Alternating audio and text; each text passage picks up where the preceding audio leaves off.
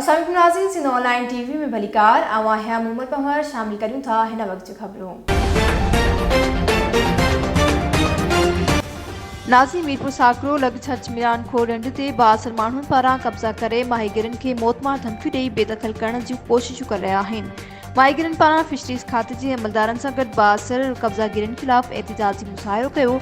Sindh online TV जे reporter Amjad Ali सूंगरो मौजूद माहीगिरनि fisheries खाते जे अमलदारनि ऐं मलाह अॻवान ॾाढा आदम गेंद्रो सां गॾु साकरो थाणे ते पहुची पुलिस खे बासर पारां ढंढ ते कयल कब्ज़े जी दाह ॾिनी ऐं फिशरीज़ खाते पारां समूरो रिकॉर्ड पिणु ॾेखारियो।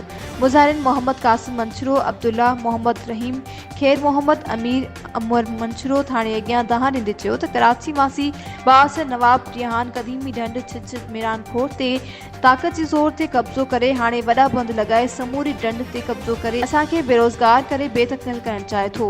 हुननि घुर कई त ढंढ तां कब्ज़ो ख़ाली कराए बासर कब्ज़ा खोरनि ख़िलाफ़ कार्रवाई करे माहीगिरनि खे तहफ़्फ़ुज़ ॾेई बेदख़ल थियण खां बचायो वञे। वधीक ख़बरुनि अपडेट्स जे लाइ ॾिसंदा रहो सिंध ऑनलाइन टीवी।